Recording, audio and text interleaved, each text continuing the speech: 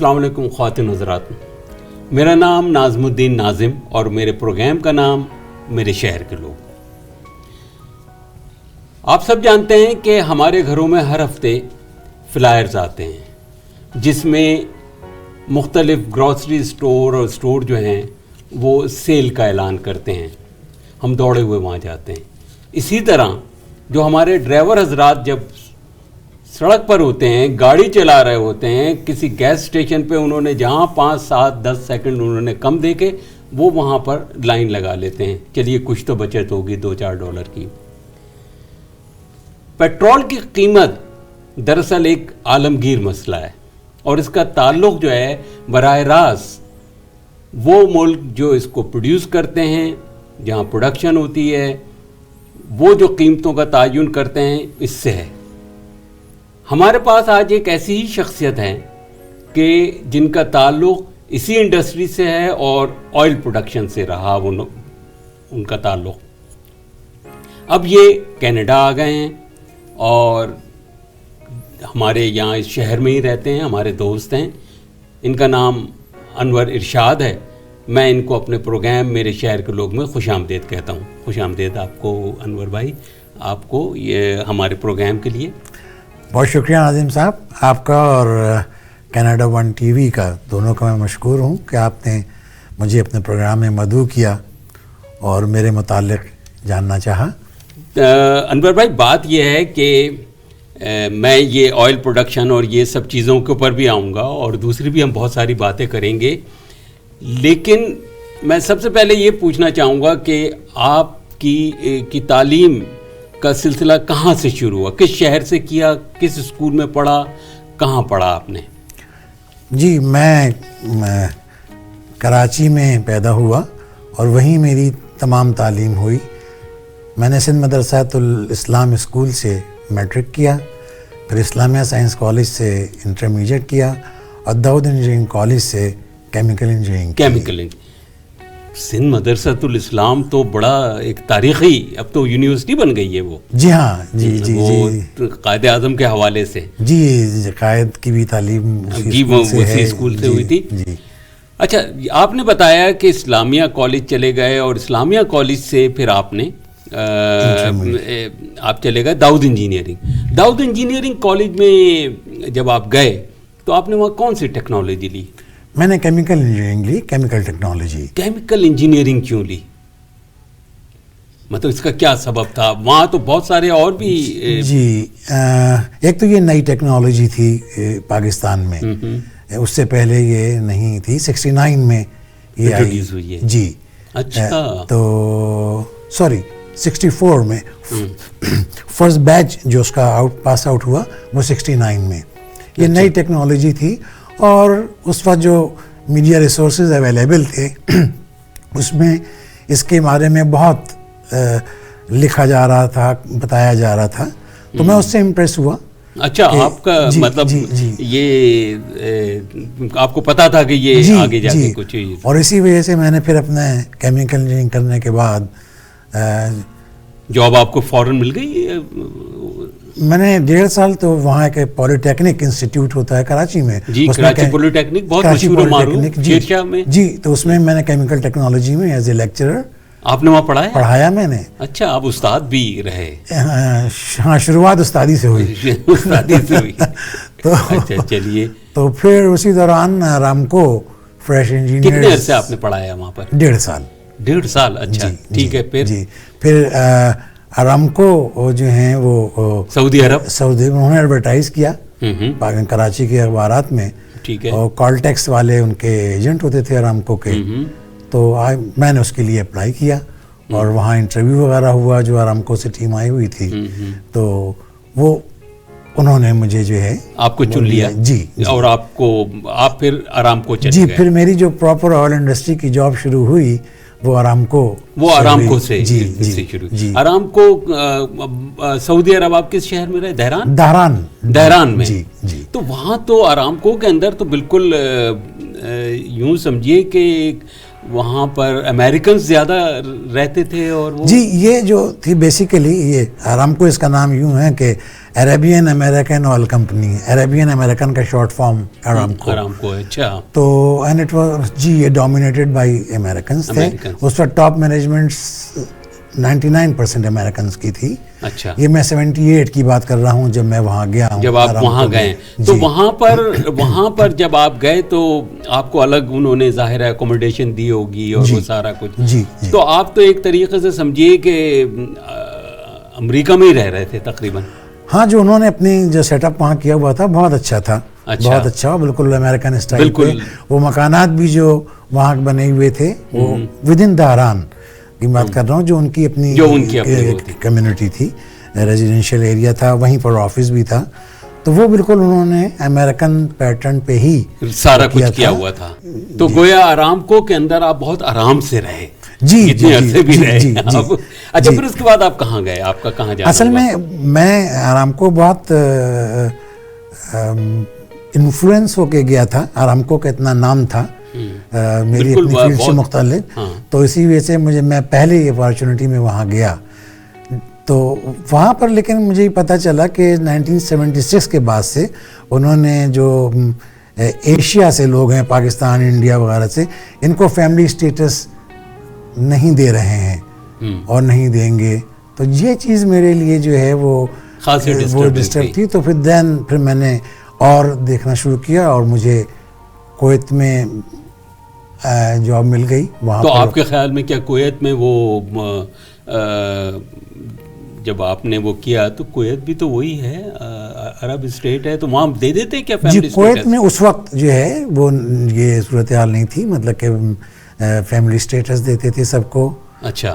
اور وہ دے دیا کرتے تھے؟ جی کویت والے دے رہے تھے. اچھا اس وجہ سے آپ گویا سعودی عرب سے وہاں پر آپ نے کہا کہ کویت جایا جائے. جی. تو آپ کتنے عرصے کے بعد سعودی عرب سے وہاں گئے کویت؟ تقریباً 3 سال 2 مہینے کم. اچھا پھر آپ نے کویت میں آپ سیم وہی پوزیشن تھی آپ کی یا کوئی مختلف؟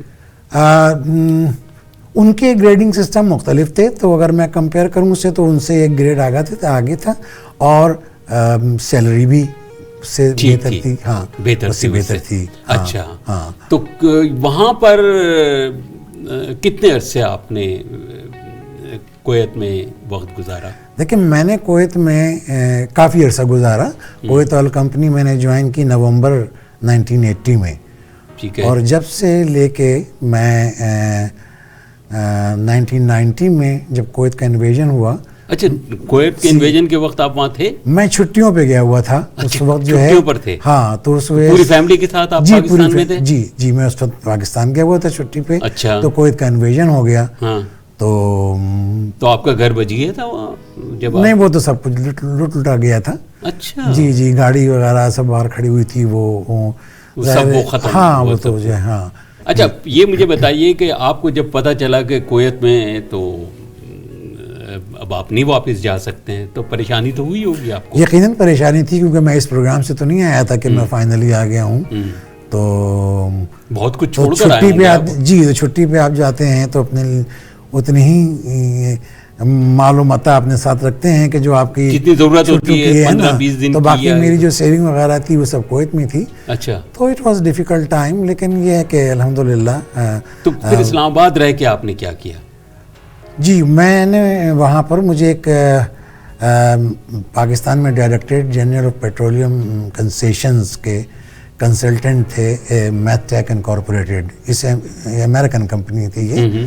تو ان کے تھرو میں نے as a consultant on a U S AID project to directorate general of petroleum concession ان کے ساتھ کام کیا میں نے. انور بھائی آپ اسلام آباد میں تھے اور کویت میں آپ کو پتہ چلا کہ جب آپ جا نہیں سکتے اور یہ تو ظاہر ہے کہ آپ کو بڑی پریشانی ہوئی ہوگی. یہاں پر آپ نے جاب شروع کر دی تھی پھر آپ نے؟ جی یقیناً یہ پریشان کن صورتحال تھی کہ سب کچھ وہاں رہ گیا تھا. اچھا. اور لیکن یہ ہے کہ میرے والد صاحب حیات تھے، so that was a great encouragement for me. اچھا. اور انہوں نے کہا کہ نہیں میں just make a new start. اچھا ہاں تو یہاں کون سی نوکری آپ نے شروع کی تھی پھر آپ نے؟ یہ ایک پاکستان میں ایک ادارہ ہے ڈائریکٹریٹ جنرل پیٹرولیم کنسیشنز، جو مختلف آئل پروڈیوسنگ کمپنی کو مختلف بلاکس کنسیشن پہ دیتے ہیں آئل ایکسپلور کرنے کے لیے. تو ان کے کنسلٹنٹس تھے میٹیک انکارپوریٹڈ، تو وہ یو ایس ایڈ کے کنسلٹنٹس تھے. تو ان کے تھرو میں نے ڈائریکٹریٹ پیٹرولیم کنسیشن کو جوائن کیا as a senior consultant on their projects. Anwar بھائی یہ بتائیے کہ آپ ارامکو میں بڑے آرام سے نوکری کر رہے تھے، اس کے بعد کویت میں گئے تو آپ وہاں پر ظاہر ہے کہ اچھی تنخواہ، اچھے پیسے، تو اس ایسے ماحول میں کام کرنے کے بعد ایک دم پاکستانی ماحول میں کام کرنا کیسا آپ کو لگا فرق؟ تھوڑی سی دشواری یقیناً اتنے فرق سے لگی، لیکن کچھ بہت زیادہ نہیں، کیونکہ میں اوریجن تو میرا پاکستانی ہے اور وہ چیزیں میرے لیے نئی نہیں تھیں. اچھا. اس وہ ماحول نیا نہیں تھا، تو مجھے اتنے ایڈجسٹ کرنے میں دشواری نہیں ہوئی اور میں نے بآسانی جو ہے اس کو ہینڈل کیا. ہاں. اچھا، میرا بریک پہ جانے سے پہلے آپ سے یہ آخری سوال ہے کہ آپ نے پاکستان میں بھی کام کیا، آپ نے بتایا جیسے آپ نے کویت میں کام کیا، آپ نے سعودی عرب میں کام کیا، آپ نے سعودی عرب میں امریکنز کے ساتھ کام کیا، پھر اب کینیڈا کے اندر بھی آپ آئے ہیں، کچھ نہ کچھ آپ نے کیا ہوگا، دیکھا ہوگا. ان سارے اس میں آپ نے کیا فرق محسوس کیا؟ آپ کیا ان کو میں کہوں کہ اگر ان پانچوں کو سب کو ایک دوسرے کے ساتھ اگر آپ ریلیٹ کریں تو؟ مجھے کینیڈا میں بھی تھوڑا کام کرنے کا موقع ملا. زیادہ میرا ایکسپیرینس جو ہے وہ کویت کا ہی ہے. میں پاکستان میں کام کرنے کے بعد پھر مجھے موقع ملا کویت میں. اچھا، آپ پھر کویت چلے گئے؟ پھر میں کویت چلا گیا تھا اور پھر میں یہاں کینیڈا آیا ایئر 2000 میں. اچھا. تو یہاں کام کرنے کا مجھے موقع تو اس طرح سے مطلب آپ پھر کویت کب گئے تھے آپ؟ میں دوبارہ جب گئے تھے 1995 میں. 95 میں، تو اس کا مطلب ہے کہ آپ نے 5-6 سال اور کام کیا وہاں پر کویت میں. جی. اچھا جی. انور بھائی میرا آپ سے سوال یہ ہے کہ کویت میں آپ کی ظاہر ہے یہ سب جانتے ہیں کہ بہت اچھی تنخواہ ہوگی اور وہاں آپ کام کر رہے ہوں گے بڑے اچھے ماحول کے اندر، جہاں نہ ٹیکس ہے نہ کچھ. اس کے بعد یہ آپ کو یہاں آنے کا مشورہ کس نے دیا تھا؟ جی بڑا اچھا آپ نے یہ سوال کیا. اصل میں کویت میں ایکسپیکٹریٹس کے فارنرز کے لیے کویت یونیورسٹی میں ایڈمیشن نہیں ملتا. تو بچے میرے زیر تعلیم تھے، ابھی اسکولوں میں تھے، لیکن کسی نہ کسی دن انہوں نے یونیورسٹی بھی پہنچنا تھا. تو میں سوچ رہا تھا کہ یا تو میں پاکستان واپس جاؤں تاکہ بچے وہاں کنٹینیو کریں، اور یا کہیں اور دوسری جگہ جاؤں. تو کینیڈا ان دنوں امیگریشن دے رہا تھا، تو میں نے بہتر یہ سمجھا کہ میں بچوں کو جو ہے لے کے یہاں مائگریٹ کر جاؤں. اور میں کینیڈا کو جی آپ نے ظاہر دیکھا ہوگا کہ بھئی امریکہ جائے یا یو کے جائے. جی تو میں نے کینیڈا کو، تو سب سے اچھا آپ نے کینیڈا کو پایا. جی. اچھا چلیے، تو پھر آگے اب آپ کیسے محسوس کرتے ہیں؟ فیصلہ آپ کا صحیح تھا؟ بہت صحیح فیصلہ تھا. صحیح فیصلہ تھا. اپنے جس وجہ سے میں آیا تھا کہ بچے میرے اچھی تعلیم حاصل کر لیں، تو ان کو جب میں دیکھتا ہوں تو مجھے لگتا ہے میں نے صحیح فیصلہ کیا. اور تو ماشاءاللہ بچے وغیرہ ٹھیک ٹھاک؟ جی میری 3 بیٹیاں ہیں، وہ تینوں جو ہیں ماشاءاللہ پڑھ چکی ہیں اور یہیں کی یونیورسٹی سے؟ جی بالکل یہیں کی یونیورسٹی سے انہوں نے، بلکہ کچھ حصہ ان کا اسکولنگ بھی یہیں پر ہوا. اچھا. ہاں، کیونکہ میں ایئر 2000 میں یہاں پر آ گیا تھا بچوں کو لے کے. اچھا. تو بچوں کی اسکولنگ بھی یہیں پر ہوئی. اور تو بچوں کو یہاں پر آپ چھوڑ کے پھر واپس گئے تھے کیا؟ میں 2011 میں پھر جو ہوں چلا گیا تھا، مجھے جاب ملی تھی. اچھا، یہاں سے آپ واپس کہاں؟ کویت میں. کویت گئے تھے؟ جی. تو بچوں کو کیوں نہیں لے کے گئے آپ؟ وہ تو وہیں پلے بڑے تھے. نہیں, کیونکہ وہ اس وقت ان کی جو ہے یونیورسٹی میں تھے, تو ان کی ایجوکیشن میں نہیں ختم کرنا چاہتا تھا, اور یہ میری کانٹریکٹ جاب تھی 2 سال کی. ہاں, ویسے بھی بچے یہاں آنے کے بعد جانا نہیں چاہتے. یہ بھی صحیح ہے کہ وہ یہاں میرا خیال ہے کہ اس سسٹم کی یہ اچھائی ہے کہ بچوں کو بھی جو ہے کہ دے ہیو اے ویلیو, ان کو جو ہے نا مطلب اینڈ دے فیل دیٹ, جو شاید ان کو شاید دوسری جگہ نہیں آتی. وہ پرائڈ جو ہے جو فیل کرتے ہیں, کہ ایک بچے کو بچہ نہیں سمجھا جاتا یہاں پر, مطلب کہ ہی از اے انڈیویجول. ٹھیک ہے, یہ وہ اس کو سمجھا. تو آپ صحیح کہہ رہے ہیں کہ بچے یہاں اس میں بڑے, اور یہ بہت اچھائی ہے اس سسٹم کی, اس معاشرے کی. ہاں نہیں, وہ ہر ایک کو مطلب بچوں کو بھی دیتے ہیں عزت, جی سینئرز کو اس سے زیادہ, کسی کو یہ عورتوں کو, بچوں کو, جی سب. جی اچھا انور بھائی, اب میرا آپ سے سوال یہ ہے کہ آپ نے یہاں آنے کے بعد, جیسا ہر ایک کو اس نئے سسٹم میں جب وہ آتا ہے تو پریشانیاں تو ہوتی ہیں کچھ. آپ کو کیا کچھ پریشانی ہوئی کوئی اس قسم کی, جاب وغیرہ یہ وہ ساری چیزیں؟ لیکن جاب کی یہاں پر یقیناً دشواری تو ہے, پھر اس سسٹم میں انفلکس کرنا ایز اے فریش, تو دشواری تو ہوتی ہیں, لیکن کوئی اتنی سگنیفیکنٹ میں نہیں کہوں گا. مجھے جاب ملی اور اپنے سیکٹر میں ہی ملی. اچھا, اپنے سیکٹر میں ملی؟ جی, اپنے سیکٹر میں ملی. کہاں, یہیں اونٹیریو؟ جی, کیلگری میں. اچھا, کیلگری میں. ہاں, وہاں پر جو ہے مجھے ملی. اور بلکہ جو مجھے کنسلٹنسی ملی تھی 2011 میں, یہ بھی وہیں کی ایک کمپنی تھی, ان کی معرفت جو ہے. آپ وہاں گئے تھے؟ جی. تو اچھا, تو اس کے بعد پھر آپ یہاں پر, اب فی الحال آپ یہیں پر ہی اونٹیریو مساگا میں رہ رہے ہیں؟ جی, اب میں اس وقت جو ہوں گزشتہ 1.5 سال سے سارٹ آف ریٹائرڈ لائف گزار رہا ہوں. اچھا, ہاں, کیونکہ تو یہ یہاں کے جو مقامی لوگ ہیں وہ تو اس کو بڑا مطلب انتظار کر رہے ہوتے ہیں کہ جی ریٹائرڈ لائف ہوگی تو ہمارے بڑے مزے ہوں گے, اور وہ تو آپ بھی ایسا فیل کر رہے ہیں؟ یقیناً میں اس کو انجوائے کر رہا ہوں. اچھا, مطلب کہ گرینڈ چلڈرن کے ساتھ وقت دینا, ان کو انٹریکٹ کرنا, اور میں خیال ہے کہ ایک لمبا عرصہ کام کرنے کے بعد آپ کو جب ایسا موقع ملے تو یو انجوائے اٹ. اچھا, تو ایک لمبے عرصے کے بعد جب آپ. جی. اچھا, یہ مجھے بتائیے کہ اپنی مصروفیات جو ہیں, اب آپ ایک دم آدمی خالی ہو جاتا ہے نا, کہ آپ کام کر رہے ہیں, صبح 6 بجے اٹھ رہے ہیں, 7 بجے نکل رہے ہیں, شام کو 3, 4, 5 بجے واپس آ رہے ہیں, ایک دم یہ بریک آ جاتا ہے آپ کی لائف میں. تو مراد یہ کہ اس سارے وقت کو آپ کیسے فل کرتے ہیں, اس سے ہٹ کے کہ آپ اپنے بچوں کے ساتھ اپنے بزی ہوتے ہیں سب کچھ, لیکن اس کے باوجود بھی بہت کچھ اس کے متعلق آپ نے کچھ پلاننگ کی یا کچھ سوچا؟ جی, میں تھوڑا سا اب جو ہے اپنے آپ کو بزی کرنا چاہ رہا ہوں والنٹیئر پروگرام میں. Volunteer programme? جی, یہ تو بڑا سپورٹ کرتے ہیں یہاں کینیڈا والے. ہاں, تو اس کے لیے میں نے ایک اپنے آپ کو رجسٹر کرایا. بہت ساری یہاں پر ایسی آرگنائزیشنز ہیں جو آپ کو ٹریننگ بھی دیتے ہیں.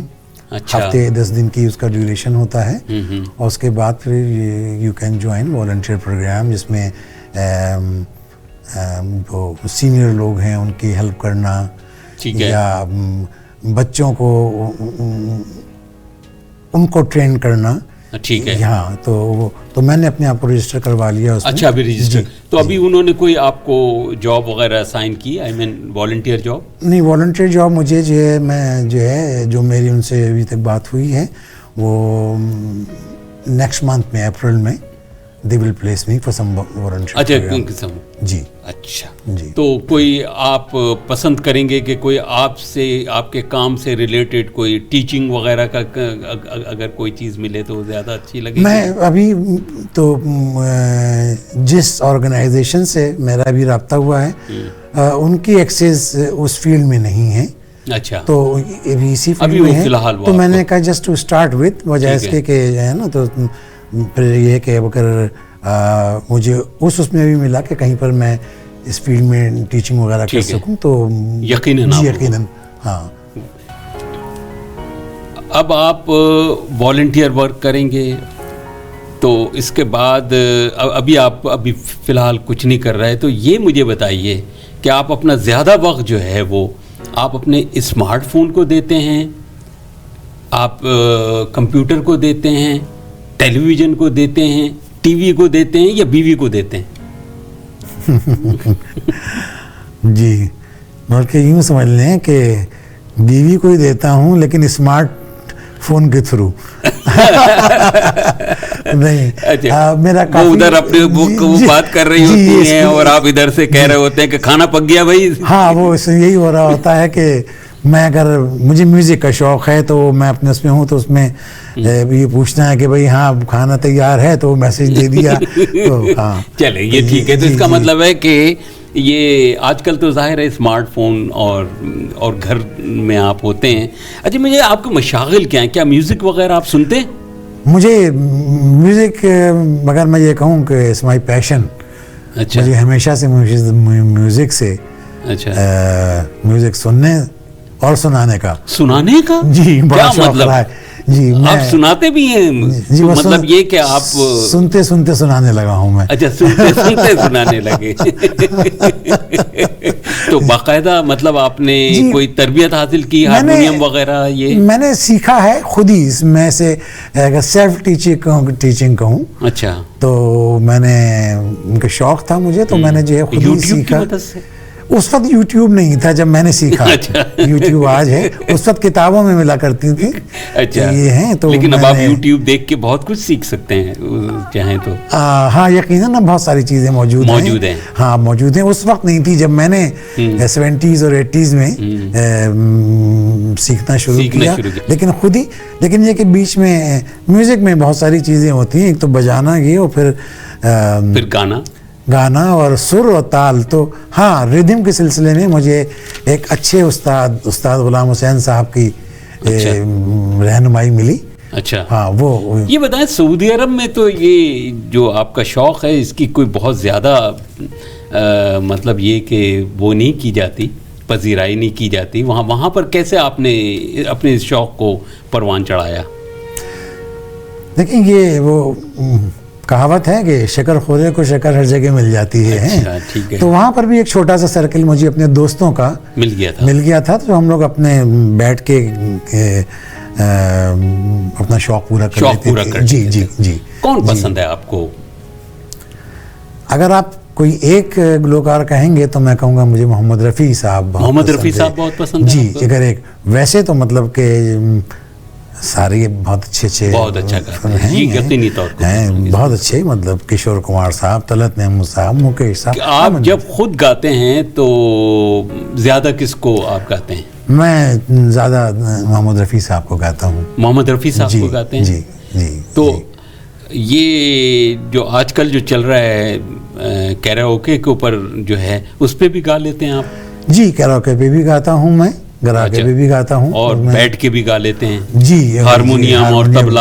جی ان دونوں میں کیا فرق آپ سمجھتے ہیں؟ کون زیادہ بہتر ہیں, کیراوکے والے یا ہارمونیم طبلے والے؟ بھائی بات یہ ہے کہ جب آپ ہارمونیم بجا کے اور طبلے والے کے ساتھ گا رہے ہوں تو وہ ایسا ہے کہ آپ کوئی چیز خود اپنے ہاتھ سے کر رہے ہیں. اچھا. آپ بنا رہے ہیں. ٹھیک ہے. اور کراوکے یہ ہے کہ آپ کو بنایا چیز مل گئی ہے, سارا میوزک گا رہے ہیں. پورا ہوا ہے. تو میں جو ہے زیادہ ہارمونیم بجا کے گانے کرتا ہوں. اچھا. لیکن کیراوکے بھی گاتا ہوں کہ وہ ایک تو یہ کہ اس میں اگر آپ کے پاس طبلے والا نہیں ہے تو یو کین مینیج. آپ کو بنی بنائی فل میوزک کیراوکے پہ مل رہی ہے نا. لیکن یقیناً اس کی اپنی وہ ہے کہ آپ کو کئی دفعے اسے پریکٹس کرنا پڑتا ہے. وہ اس کو جی کہ اس کے نوٹس کہاں سے شروع ہو رہے ہیں, کہاں ختم ہو رہے ہیں. جی ٹھیک ہے. اس میں ایک جو مجھے دشواری وہ ہے کہ اس کو میں نے محسوس کیا کہ اگر جو کیراوکے آپ گانا چاہ رہے ہیں کہ ایک دم سے کوئی کیراوکے مل جائے اور آپ گائیں تو آپ کو نہیں پتہ کہ اس کی سیٹنگ کیا ہے, کہ اسٹینزا انہوں نے ایک دفعہ ریپیٹ کیا ہے 2 دفعے تو اس میں غلطی کے چانسز رہتے ہیں زیادہ رہتے ہیں. تو مطلب آپ کو you got to practise it couple of times. جی تو پہلے آپ کو اس کے لیے پریکٹس کرنی پڑتی ہے. جی 1-2 دفعے سے پریکٹس کرنی پڑے گی آپ کو. اسے جو ہے ہمارے کچھ دوست ہیں جو کیراوکے والوں کو گلوکار ہی نہیں تسلیم کرتے. وہ کہتے ہیں کہ نہیں جو گانا ہے وہ ہارمونیم اور بیٹھ کے اور طبلے کے اوپر. تو میں نے کہا وہ دیکھیں نا وہ تو وہ ہے کہ you are doing it yourself. اچھا کنٹرولڈ ہے وہ, ہر چیز آپ کے ہاتھ میں ہے. انفیکٹ وہ ہے. اور کیراوکے بنی بنائی ڈش ہے. اچھا تیار ڈش ہے. جی صرف آپ نے اس کو تناول فرمانا ہے. جی. تو یہ مجھے بتائیے, یہاں پر کہیں محفل میں ابھی آپ کا اتفاق ہوا کوئی؟ جی مجھے یہاں ابھی یہ 2 سال میں جب سے میں دوبارہ اپنی جاب چھوڑ کے آیا ہوں تو موقع ملا مجھے. ٹھیک ہے. موقع ملا مجھے اپنے دوستوں میں کی محفلوں میں. اچھا. میں کمرشلی پرفارم نہیں کرتا ہوں. کمرشلی نہیں کرتا؟ جی اپنے دوستوں میں جو ہے شوق سے کرتے. جی شوق سے. جی. یہ اگر لوگوں نے سن لیا تو وہ آپ کو پکڑ کے لے جائیں گے. ویسے ہی ان کو بہت سارے شوقین چاہیے یہاں پر. اندھا کیا چاہے 2 آنکھیں. اچھا ٹھیک ہے, آپ تیار ہیں اس کے لیے؟ جی خواتین حضرات یہ تیار ہیں, آپ ان کو لے کے جائیے. انور بھائی آپ کا بہت بہت شکریہ, آپ آئے اور آپ نے اتنی اچھی ہم سے شیئر کی باتیں. تو انشاءاللہ پھر آپ سے گفتگو رہے گی. خواتین حضرات آپ نے انور ارشاد صاحب کی گفتگو سنی اور یقینی طور کے اوپر آپ نے بہت کچھ حاصل کیا ہوگا. امید ہے کہ اگلے پروگرام میں ہم کسی نئے مہمان کے ساتھ پھر حاضر ہوں گے اور آپ سے ملاقات کریں گے. اللہ حافظ.